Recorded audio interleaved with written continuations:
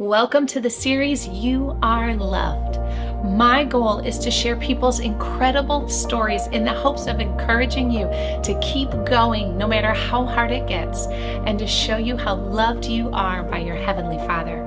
You are about to hear Ryan's story. Ryan was a proclaimed atheist, but he was exposed to such darkness that he had no choice but to start thinking there had to be light. He was incredibly successful, but in only 2 years, he managed to unravel everything he had built. It literally took his mom kidnapping him and a trip to jail in order to save his life.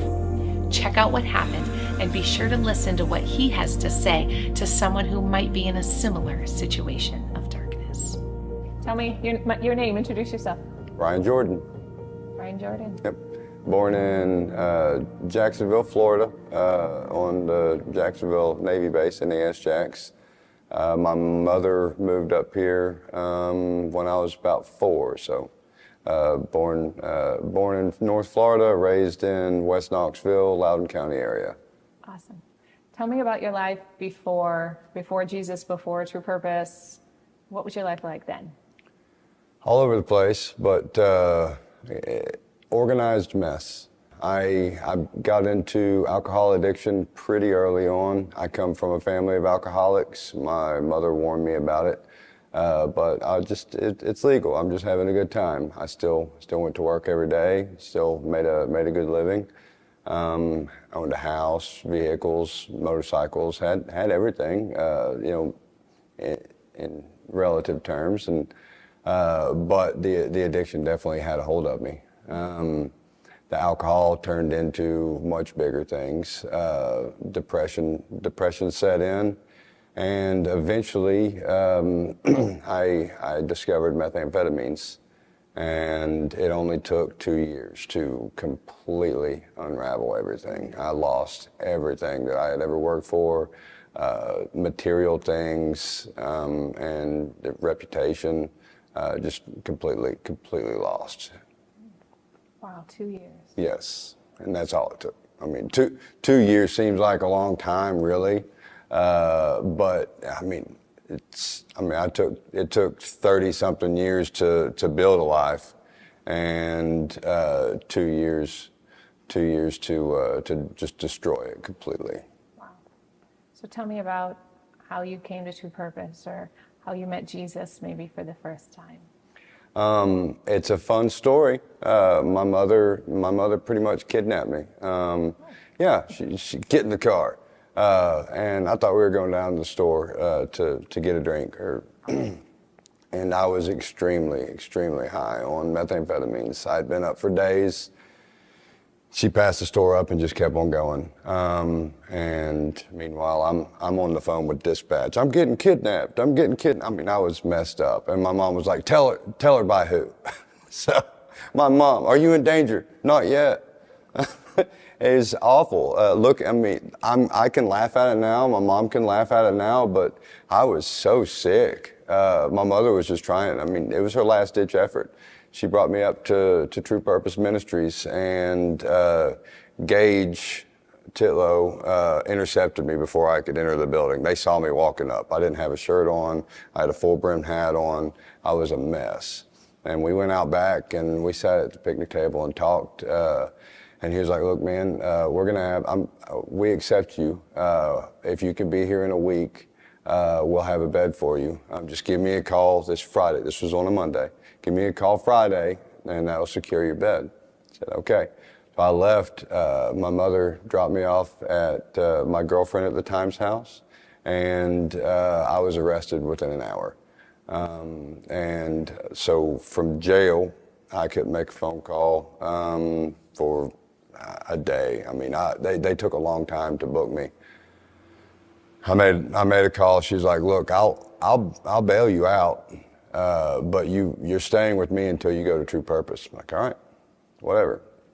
The jail time gave me enough time to sober up, to dry out, as we say. And I thank God every day for that jail time. Those officers saved my life. If it weren't for me getting arrested that final time, I likely never would have showed back up to True Purpose. And then by the time I got to True Purpose, I was looking forward to it. I was looking forward to rehab. And I showed up to True Purpose with just so much love. I instantly knew that I was supposed to be there, just willing to give it a shot. And I wasn't a believer at the time. I'm like, we'll give this Jesus thing a try. Why not? So, and so they showed you the love of Christ, which was yes. beautiful. Oh, yeah. I mean, just overwhelming. I mean, it was so much that I exceeded being weirded out. Like, it's like if there was a certain level of excessive love, I would have been weirded out. But there was so much more than that that I just went straight past the weirded out. I was like, okay. I mean, I was used to weirdness on the completely opposite end of the spectrum. Like just the darkness, the demonic lifestyle that I was living around. Like I knew, I didn't yet believe in Christ or anything in the Bible, but I knew that there was darkness out there. It's like I had gotten so out there and been around with so many people, that had been that had embraced the darkness. I knew that was there, and that's what God used to reveal himself to me. I had the realization, he put it in me that, hey, look, if the devil's real, then I have to be real. And that's how I really came to believe. So how does your life look different now? How long has it been since you went through the True Purpose program? So I checked in, almost 2.5 years ago. That's just the easiest number to say. Graduated the program, moved into Dane's house, which is the 4th phase and graduate home, there on campus. I got my Above and Beyond award, and I've just recently moved out, getting ready to start my journey. But how does my life look now? Is that what you asked? Completely different. 2 Corinthians 5:17 tells us that I am a new creation, and I'm the epitome of that. My life just proves how true that really is, because I don't think in the same ways that I thought before. I don't see the world in the same ways that I thought before. I know that I am His, and that makes even the hard times easy to go through for me. So there's still a lot of people out there who are broken, who are lost, who are living a life closer to what you had a few years ago. Yeah. A lot of them consider giving up, or they think that they've gone too far to turn to God. What can you tell them that could give them hope or encouragement, or maybe some advice that really helps you get through? Obviously, hang in there. Every breath that we're given is a shot at a second chance, or third, or fourth, or 100th, however many chances you need. And also know that you're not alone. Everybody has felt the confusion. I embraced atheism to a point to where I would preach it. I loved getting in arguments or debates with Christians. I would just put them up against the wall, and eventually nobody would ever win, but I'd walk away satisfied, and they'd walk away somewhat confused, depending on how strong they were in their faith. But just look around for God, and you'll see Him. Look around for Christ, and you'll see Him. Look at stories like myself and so many others at True Purpose and many faith-based recovery centers around the world. Like, look at where we came from, and look at where we are now. Maybe not materialistic wise, but look at where we are just in our overall demeanor, our attitude towards things. Only God can do that. Only God can take us from needing a needle or needing a line to just needing Christ and Christ-loving people. That's fantastic. I love that. So, last question: love. The world has a sometimes confused view of what love is, what love should look like, what love entails. How did love look to you previously, and what does it look like now? I don't believe I knew what it was previously, but I see love as an action now. love, is it 1 Corinthians that goes through the love chapter? Love chapter. But love is patient, love is kind. I look for actions. I look for how people act towards other people to be able to determine whether or not they love. But like, and I think that myself, like, I have a hard time still liking certain people, but I don't have a hard time loving them. I treat them with kindness. I treat them with patience. Just overall decency.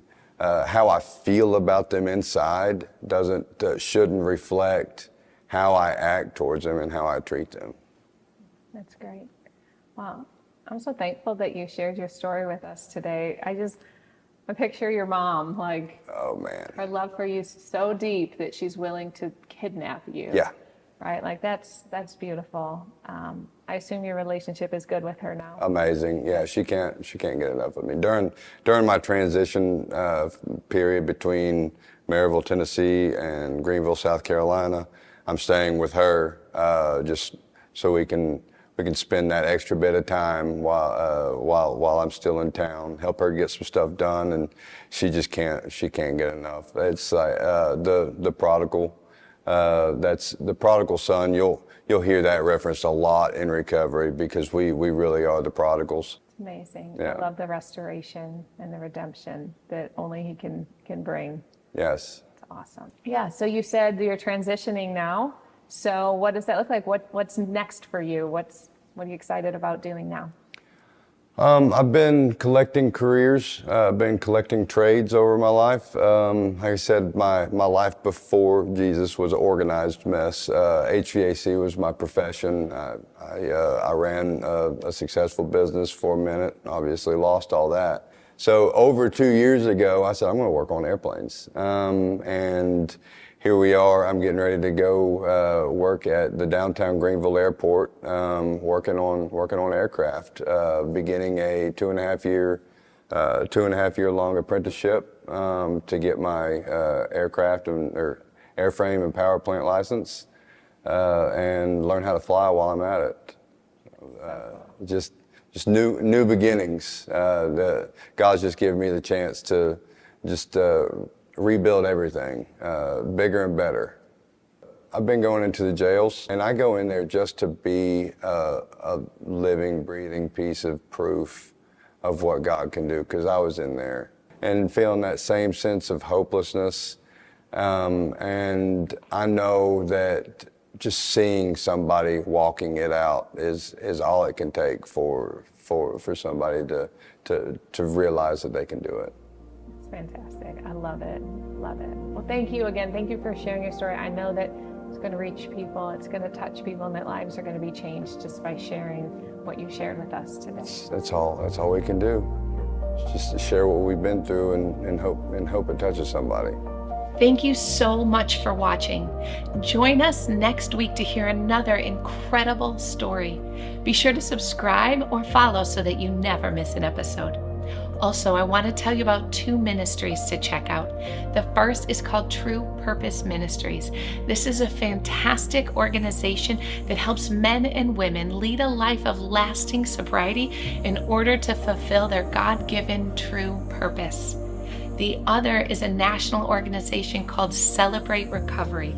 It's a safe place to find community and freedom from the issues that are controlling your life. You can go to their website in order to find a meeting near you. Most importantly, out of everything we've said today, I pray that you know that no matter how far you have run from God, it is never too late.